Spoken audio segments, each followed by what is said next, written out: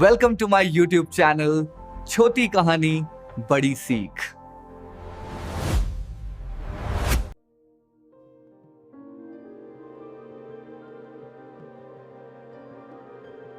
भाग्यवान, अरे ओ भाग्यवान, मेरी खांसी की दवा कहाँ है?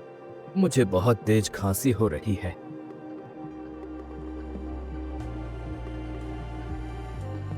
ये लीजिए आपकी दवाई। पता नहीं आपकी ये खांसी कब आपका पीछा छोड़ेगी। आपको ऐसी हालत में देखकर मुझे बिल्कुल अच्छा नहीं लगता हो। तुम चिंता क्यों करती हो भाग्यवान? ऊपर वाला जल्द ही सब ठीक करेगा। तुम बिल्कुल भी परेशान मत हो। जी अब हम बूढ़े हो चुके हैं, क्या ऊपर वाला हमारे जाने के बाद सब ठीक करेगा? अरे अब तो हमारे खाने के भी लाले पड़ गए हैं और आपकी हालत ऐसी है कि कहीं भीख मांगने भी नहीं जा सकते हो। वो दोनों आपस में बातें कर ही रहे होते हैं कि तभी वहाँ पर एक व्यक्ति आ जाता है।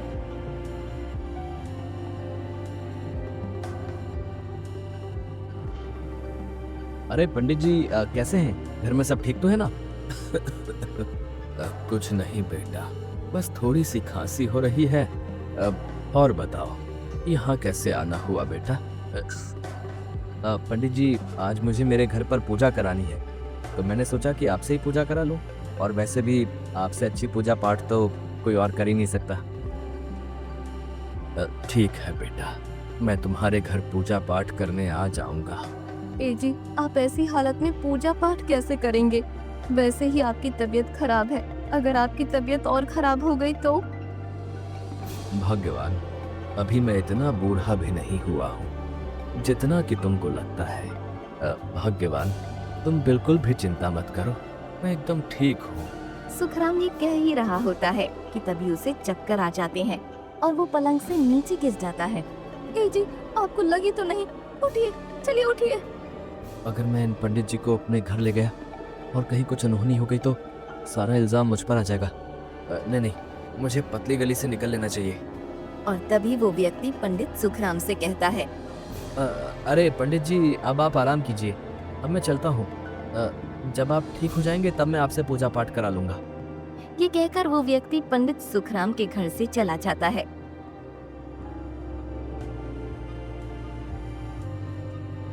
जी आपने उस व्यक्ति से ऐसा क्यों कहा कि आप उसके घर पर पूजा पाठ करने जाएंगे? आप देख नहीं रहे कि आपकी हालत कितनी खराब है? भाग्यवान, अगर मैं कहीं पूजा पाठ करने नहीं जाऊंगा तो हमारे घर का गुजारा कैसे होगा?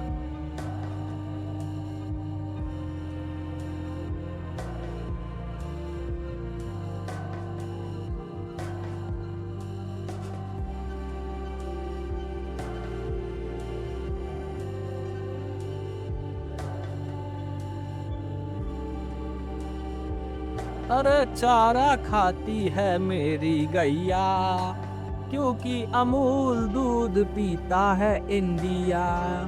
ओ मेरी गाय माता, पेट भर के चारा खाना और हमें बाल्टी भर के दूध देना, ताकि मैं उस दूध को बेचकर अच्छे पैसे कमा सकूं। हाँ, जब तक गाय चारा खा रही है तब तक मैं कुछ देर झपकियां ले लेता हूँ।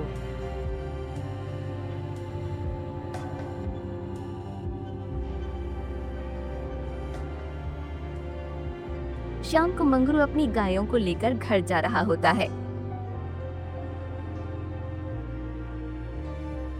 कि तभी वहाँ पर बहुत जोरों की बारिश होने लगती है। अरे इस सूरी बारिश को भी अभी आना था क्या? उनको अच्छा हुआ कि मैं घर से छाता लेकर आया था, वरना ये तो मुझे गीला ही कर देती। फिर मंगरू अपना छाता ओढ़कर वहाँ से जाने लगता है, लेकिन बारिश कम होने की जगह और ज्यादा बढ़ जाती है।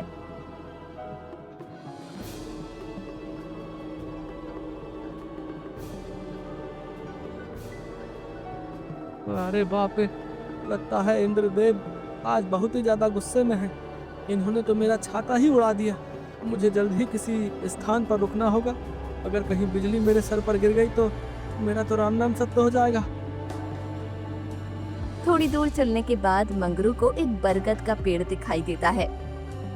जब तक बारिश बंद नहीं हो जाती मुझे इस बरगद के पेड़ के नीचे ही रुकना होगा, नहीं तो मेरे सारे कपड़े गीले हो जाएंगे।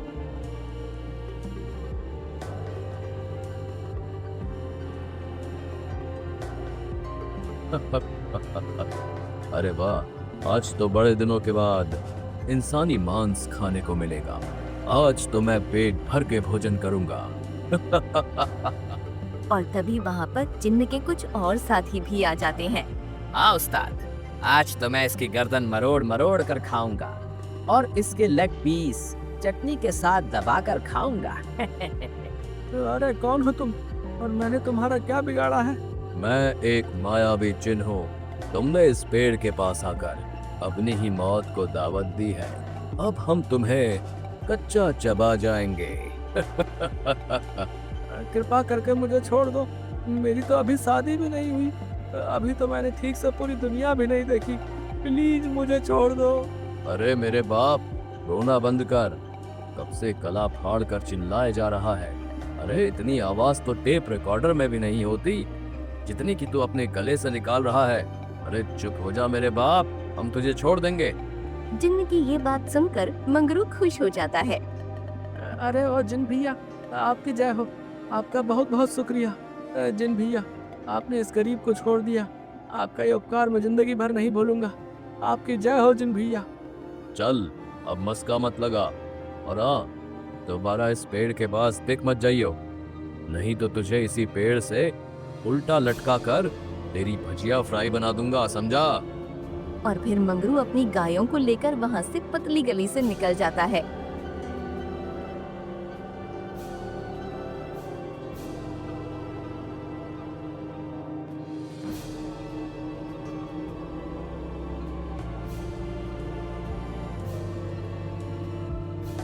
अरे भाई, तुम्हें पता है कल रात जब मैं नदी के किनारे से आ रहा था, तभी मैं कुछ देर एक बरगद के पेड़ के नीचे जो है वहाँ पर रुका और कुछ जिन जो है उन्होंने मुझे पकड़ लिया और वो मुझे जान से मारने की कोशिश करने लगे। भैया, बड़ी ही मुश्किल से जान बचा कर आया हूँ। अरे मंगरू भाई, अरे तुम भी बड़ा अच्छा मजाक कर लेते हो। अरे ये जिन बिन कुछ नहीं होता है बे। अरे मंगरू भाई, तुम्हें हम ही मिले थे मजाक करने के लिए क्या? आजकल के इस जमाने में तुम भी इन जिनों और भूतों पर विश्वास करते हो? अरे भाइयों, मेरा विश्वास कीजिए, मैं सच कह रहा हूँ, उस बरगद के पेड़ के नीचे सच में जिन रहते हैं भैया। अगर आपको मेरी बातों पर विश्वास नहीं होता तो आप आज रात को उस बरगद के पेड़ के पास जाना, आप लोगों को सब समझ में आ जाएगा। अगर ऐसा है तो हम आज रात को ही उस बरगद के पेड़ के पास जाएंगे। अरे हम भी तो देखें कि आखिर उस पेड़ के पास जिन रहते भी हैं कि नहीं।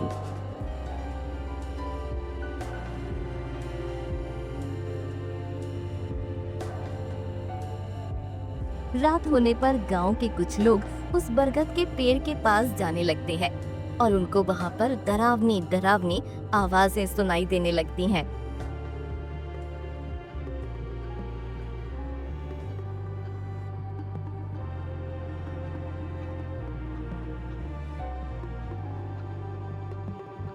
अरे भाइयों, ये डरावनी आवाजें कहाँ से आ रही हैं? मुझे तो बहुत तेज डर लग रहा है। अरे भाई डरो नहीं, लगता है ये आवाज किसी जानवर की है जो जोर जोर से चिल्ला रहा है। कुछ दूर चलने के बाद वो सभी लोग उस बरगद के पेड़ के पास पहुंच जाते हैं।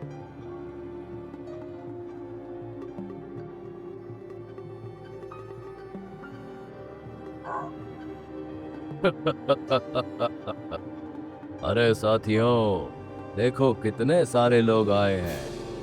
आज तो हम इन सबको मसाले के साथ खाएंगे। हाँ उस्ताद, आपने एकदम ठीक कहा।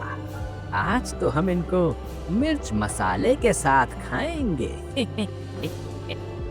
अरे भाइयों, उस मंगरू की बात सच निकली। इस पेड़ में तो सच में जिन का वास है। अरे भाइयों, हमें जल्दी ही यहाँ से निकलना होगा, नहीं तो ये जिन हमें पकड़ के खा जाएंगे। अरे भागो, अरे भागो। और फिर वो सभी लोग वहाँ से दुम दबा कर भाग जाते हैं। आज के बाद जो है मैं उस पेड़ के पास कभी नहीं जाऊंगा, बता रहा हूँ। अरे मेरी तो जान हलक में ही आ गई थी। अरे कल हमें ये बात महाराज को जाकर बतानी होगी। अब वही इसका समाधान निकाल सकते हैं।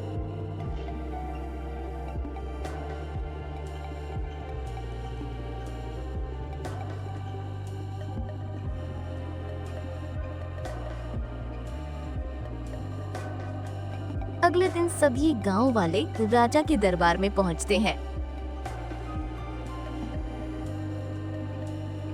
प्रणाम महाराज।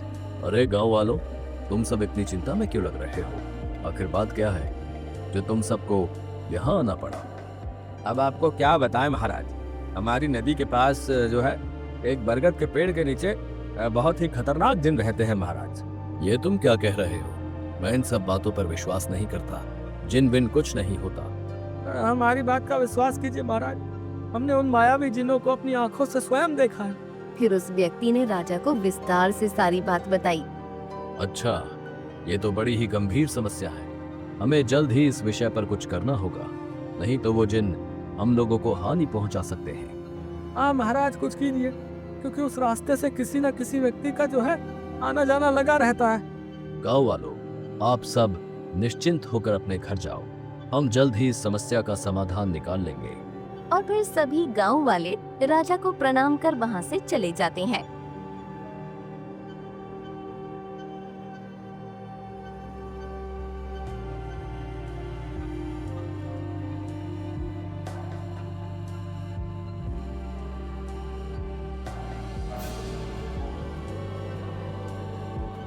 जी, हमने 2 दिन से कुछ भी नहीं खाया है। घर में खाने के लिए अन्न का एक दाना भी नहीं है। अब हम कैसे अपना पेट भरेंगे? तुम ठीक कहती हो भाग्यवान। अब तो मुझे कोई पूजा पाठ के लिए भी नहीं बुलाता। लगता है ऊपर वाला हमारी परीक्षा ले रहा है। हमारी तो कोई संतान भी नहीं है जो हमारे इस बुढ़ापे का सहारा बन सके। बताइए अब हम कैसे जीवित रहेंगे? अभी हमारे बुरे दिन चल रहे हैं, लेकिन तुम बिल्कुल भी चिंता मत करो। ऊपर वाला जल्द ही हमारे अच्छे दिन लाएगा। एक तो हमारे पास कुछ खाने को नहीं है और ऊपर से आपकी ये खांसी ये जाने का नाम ही नहीं ले रही। रुकिए, मैं आपके लिए पानी लेकर आती हूँ। और फिर लक्ष्मी सुखराम के लिए पानी लेने चली जाती है। लगता है अब मेरा स्वर्ग जाने का समय निकट है, लेकिन चिंता करने से भी कोई फायदा नहीं है, क्योंकि एक न एक दिन सभी को इस दुनिया को छोड़कर जाना है। ये लीजिए, पानी पीजिए। इससे आपकी खांसी थोड़ी कम हो जाएगी और आपको थोड़ी राहत मिलेगी। भगवान, पानी पीकर ऐसा लग रहा है जैसे मैंने अमृत पी लिया हो। किसी ने सच ही कहा है, जल ही जीवन है।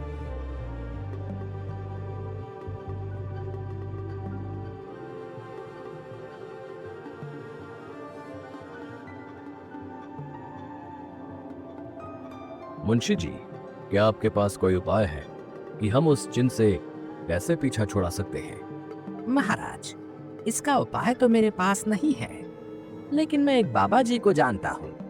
उन्होंने कई जिन्नों को पकड़ा है।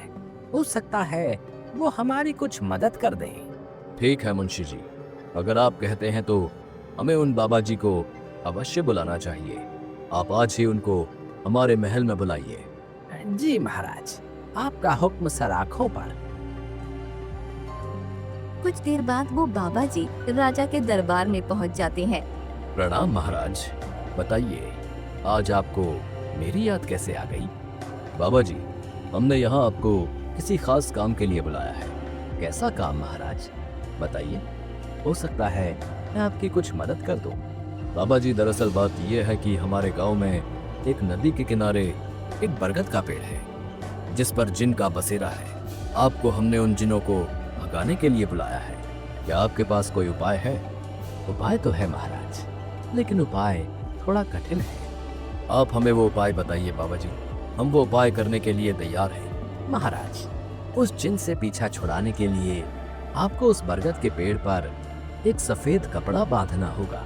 उस कपड़े के बांधने के 2 दिन बाद वो जिन अपने आप ही जिन लोग चले जाएंगे।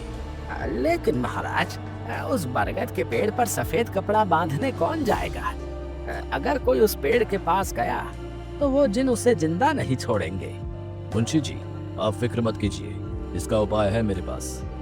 कैसा उपाय महाराज, जरा हमें भी बताइए।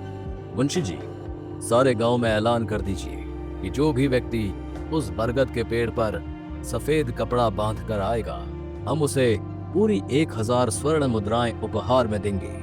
जी महाराज, आपका हुक्म सर आंखों पर।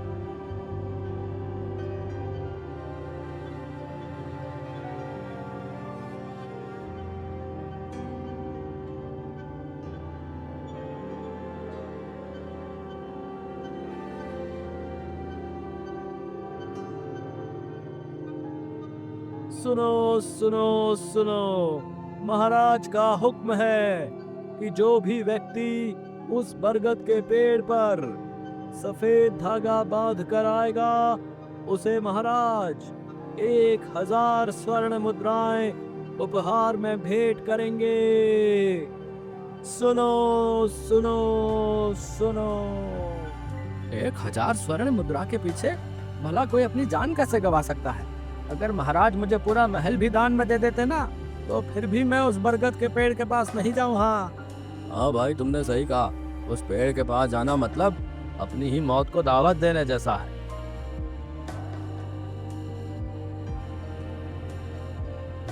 भाग्यवान, तुमने सुना?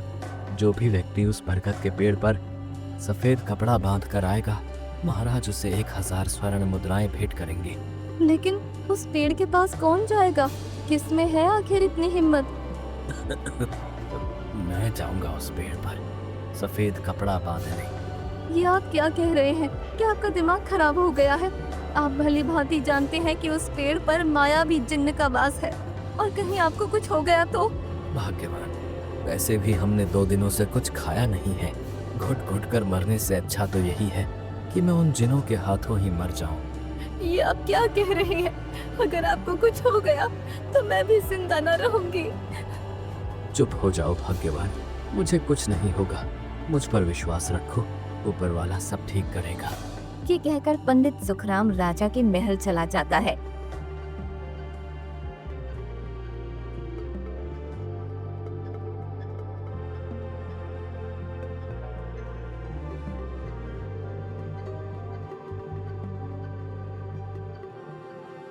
प्रणाम महाराज, उस बरगद के पेड़ पर सफेद कपड़ा बांधने मैं जाऊंगा। लेकिन तुम तो बहुत ही बूढ़े हो चुके हो और तुम्हारी हालत भी काफी कमजोर दिखाई पड़ती है। अगर उस जिन ने एक बार तेज चिल्ला दिया तो तुम तो वहीं पर ढेर हो जाओगे। ये सब आप मुझ पर छोड़ दीजिए महाराज, और मुझे वहां जाने की आज्ञा दीजिए। ठीक है, जैसी तुम्हारी मर्जी, तुम वहां पर जा सकते हो। और अगर तुमने उस बरगद के पेड़ पर सफेद कपड़ा बांध दिया तो हम तुम्हें 1000 स्वर्ण मुद्राएं देंगे।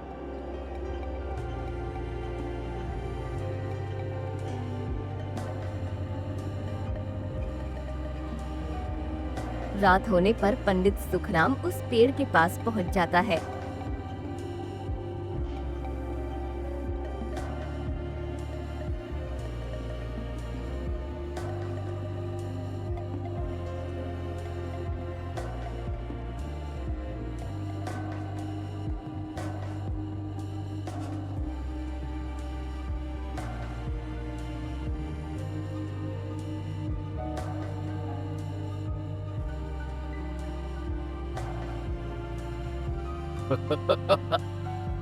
तुम यहाँ पर क्यों आए हो? क्या तुम्हें पता नहीं है कि यहाँ पर जो भी व्यक्ति आता है वो यहाँ से जिंदा लौटकर वापस नहीं जाता है। हे जिन महाराज, मैं यहाँ इस पेड़ पर ये सफेद कपड़ा बांधने आया हूँ। कृपा करके मुझे इस पेड़ पर ये सफेद कपड़ा बांधने दीजिए। नहीं, हम तुझे ये कपड़ा नहीं बांधने देंगे, और तुझे अब हम मटर पनीर के साथ खाएंगे। हाँ उस्ताद, आपने एकदम ठीक कहा। आज तो हम इस पंडित को चबा चबा कर खाएंगे। तुम तो मुझे क्या खाओगे? मैंने खुद ही 2 दिनों से कुछ नहीं खाया है। मेरी पत्नी ने भी 2 दिनों से अन्न का एक दाना भी ग्रहण नहीं किया। वैसे भी मैं कुछ दिनों का मेहमान हूँ। इससे अच्छा तो यही है कि तुम ही मुझे मार डालो। पंडित सुखराम की ये बात सुनकर जिन बहुत ही ज्यादा भावुक हो जाता है। अरे, तुमने तो मुझे इमोशनल कर दिया यार। तुम इस पेड़ पर सफेद कपड़ा बांध सकते हो। आपका बहुत बहुत धन्यवाद जिन महाराज। आपका ये उपकार मैं जिंदगी भर नहीं भूलूंगा। फिर पंडित सुखराम उस पेड़ की शाखा पर उस सफेद कपड़ा बांध देता है। जिन महाराज, अब मुझे यहाँ से जाने की आज्ञा दीजिए। लगता है मुझे तुम्हारी ये खांसी भी ठीक करनी पड़ेगी, नहीं तो तुम दिन भर खू खू खू करते रहोगे। फिर जिन्न अपने जादू से पंडित सुखराम की खांसी को भी ठीक कर देता है। अब तुम यहाँ से जा सकते हो, और हाँ, दोबारा इस पेड़ के पास दिख मत जाइयो, वरना अगली बार हम तुझे छोड़ेंगे नहीं।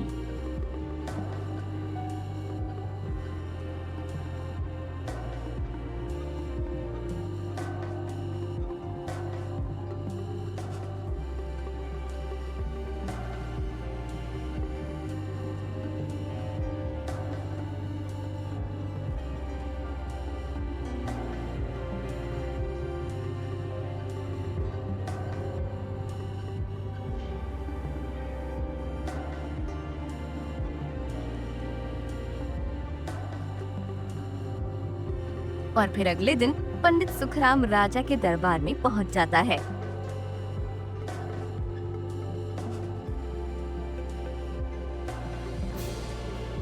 प्रणाम महाराज, मैंने उस पेड़ पर सफेद कपड़ा बांध दिया। सुखराम, तुम्हारी साहस की तो दाद देनी पड़ेगी। तुमने अपने साहस से उस पेड़ पर सफेद कपड़ा बांध दिया। हम तुमसे बहुत ही ज्यादा प्रसन्न हैं। हम तुम्हें 1000 स्वर्ण मुद्राएं दान में देते हैं। आपका बहुत बहुत धन्यवाद महाराज, आप धन्य हो। फिर वो पंडित उन स्वर्ण मुद्राओं को लेकर अपने घर आ जाता है।